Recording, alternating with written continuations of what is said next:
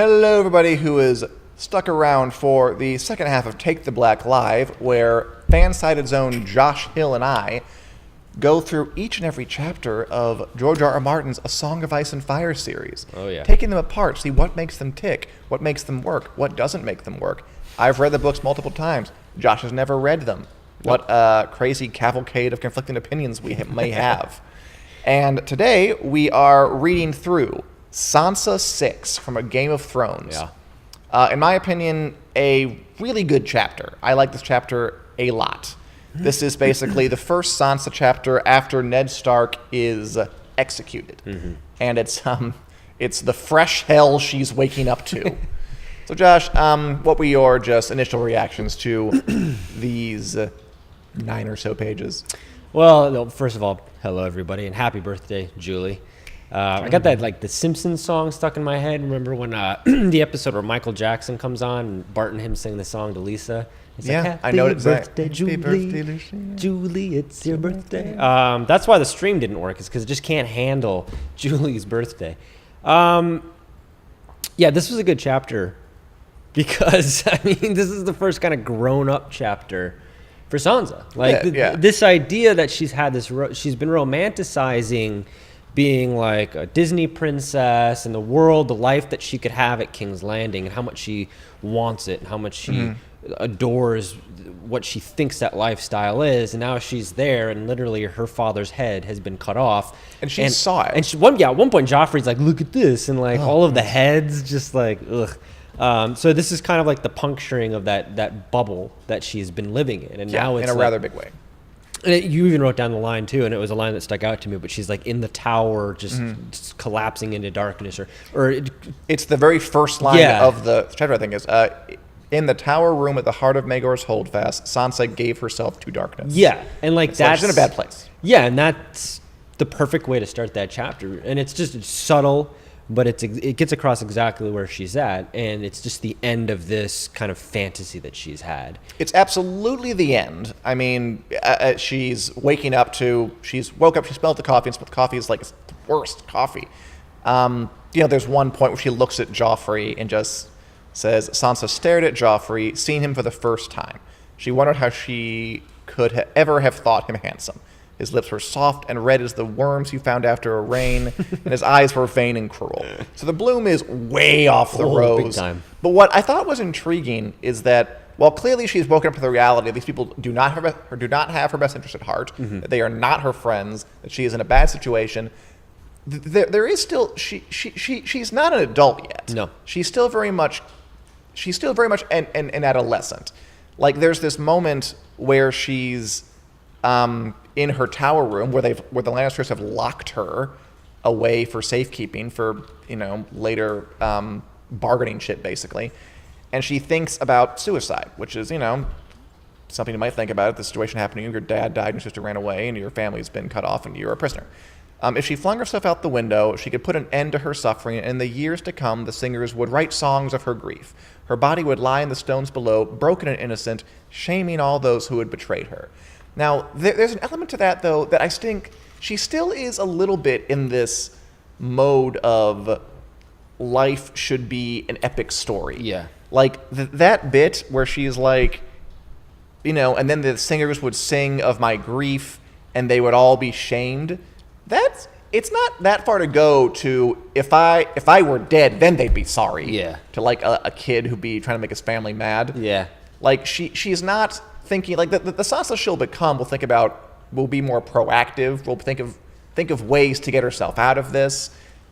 She is still thinking in an adolescent way about her situation, what she can do. She's like, fine, life isn't the song I thought it was, where it's all puppies and maidens and valiant knights and all the handsome boyfriends and husbands and kids. Yeah.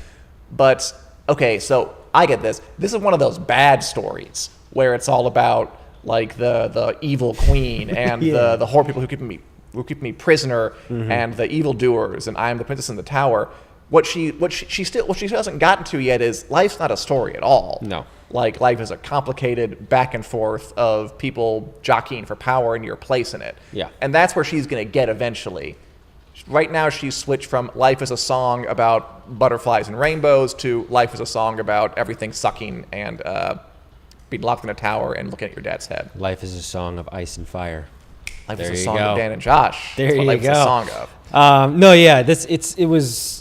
yeah, the death of innocence is a theme that has been in almost all of these chapters for the children characters. Oh, 'Cause absolutely. We talked about it when we had the Arya chapter, in which it's her point of view when Ned dies, and that's like the death of innocence. So to have Sansa Or where'd have she that as stab well. that guy? Well, yeah, Arya took it a little bit differently than Sansa did. But this is a theme, even with like Jon at the Wall and Robb kind of commanding, the army and doing all the things that he's doing. It's like this death of innocence, the end of childhood, and this weird spot between you're not really an adult yet, but you're slowly starting to realize and have to deal with adult problems. And that's kind of something that we all go through in life. Absolutely. Just not all of us have to, watch our fathers be decapitated. So. And of note, it was interesting that they noted that Sansa actually saw his head get chopped off. Arya had, what was his name? The Night's Watchman guy who just turned her away. who turned her away. I forget his name. I'm so sorry. Yoren. Yoren. Great.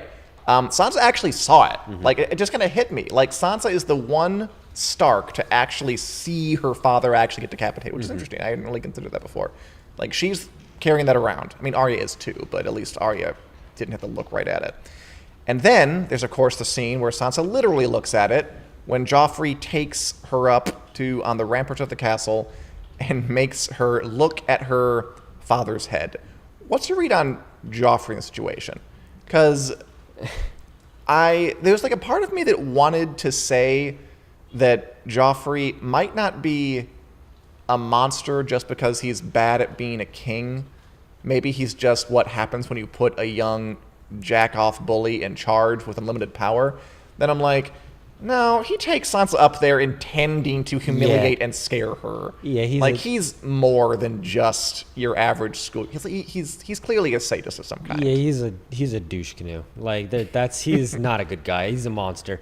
I was reading this chapter where like she's stuck in the tower and he's like being very demanding and commanding, as like almost like a light Gamergate analogy a little bit. Like he's kind of like that stereotypical, like not fantasy fan, but like the fantasy fan who's like in the Gamergate side of things. Where it's like women are this thing and you just gonna listen to me and blah blah blah. That kind of assertion of his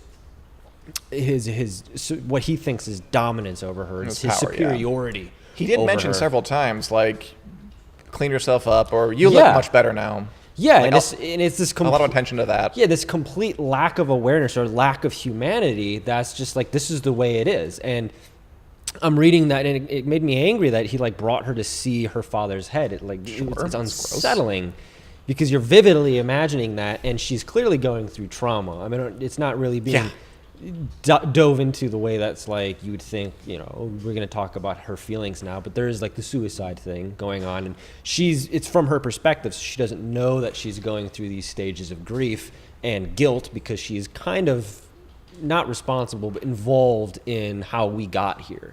So to then have Joffrey bring her to her father's head, that was dark, and it just really highlighted to me how much of a monster Joffrey is, and he comes into his own here in a way. And like we're reading this now. We've said this multiple times about this book, putting it in present context, even though it was from 1997.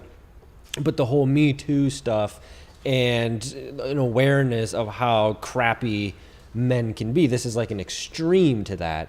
But there is that kind of element I was reading to it where Sansa's literally locked in a tower and she's told, clean yourself up and all this. These things that we are reading as stereotypical, like evil fantasy dude also have, they transfer over into the real world where it's like, okay, now we live in an era where these things, we're more conscious about these things. So they cut deeper than they did when maybe you saw this for the first time, even in 2010, like 8 years ago, seeing the television show. It cuts a little bit deeper because you have a different perspective of it. And Joffrey has found a way to become even more of a monster from what we already knew to now putting him in this present context that we have and he's even worse than we thought because now we're thinking about all these other things. I mean, and now Joffrey's king. So like he literally, before, at least he didn't have like people who would do whatever he said just because he's king. Now he can do anything. Yeah. I want to talk about the way Sansa is coping. Yeah. So she's in a new reality. Her reality is the worst of all the realities that she can be in. It's awful. Prisoner. She's engaged to Joffrey still. Yeah. Engaged to a guy who cut off her father's head that made her look at it. Yep. And I think it's very interesting the way she copes. Throughout the chapter, she says thank you to Joffrey several times. Like when he's like, smile and be pretty, put this on, come with me. She does do what he says, even though in her heart, she thinks about like, I don't want to do this. I can't do this. Yeah. But she does do it. Like, for example, when he's taking her up to look at her father's head. Like she knows he's taking her nowhere good, but it says that she forced herself to take King Joffrey's hand. I think you contrast that with somebody like Arya, who I think in that situation, if Joffrey offered to come look at your dead father's head, Arya would probably try to attack Joffrey. Sansa takes his hand and goes up with him and says thank you to him. I think the last line of it, she was a good girl and always remembered her courtesies. What I take from all that is Sansa is not Arya. Sansa's way of coping is this whole idea of courtesy being a lady's armor. That she's never going to win by taking the Arya approach and attacking people. Arya couldn't win that way. There's too many people. They're too big. They're way older than her. They have swords. She doesn't. They have armor. She doesn't. What begins now is this long stretch for Sansa where she's going to have to survive by just trying to do what they expect her to do and not stepping out of line and dying until an opportunity arises where she can do something and escape, which does eventually happen. And I think it's a really interesting way to kind of highlight a different sort of bravery and strength, that you have the Arya way, which is attack your problem and stab it until it's dead. And you have the Sansa way, at least this part of Sansa, which is more of like a Marjorie Olenna kind of thing, where it's, okay, I need to play off their expectations and do what they want me to do, which is advice the Hound gives her, by the way. Like the Hound says, Joffrey wants you to smile and be pretty and just kind of be his loving wife. Just do it. It's going to be easier that way. And there's real wisdom in that. And there's real bravery in that, I think, is the point. That it's not cowardly to kind of go along when you're this outmatched. It's a survival instinct. Sansa is surviving by being placid and by doing what's expected of her. Yeah, and I think, again, that kind of translates into present-day analogies, because you have different ways to protest the awful things in the world. You have the one side of protests, which is to physically protest, to physically, like the Kavanaugh things, like pound on the doors of the Capitol, like you're the Arya way of going at it. Sure. Or you have other people who are like, just go with the flow for now and wait for the opportunity to slip the knife in. Like, don't vote. Is that what it yeah, is? so that would be another thing, to like go out and vote and do that kind of thing. So that it's an interesting analogy to two different ways. And that's true of all problems. There's the one way to do it and there's another way to do it.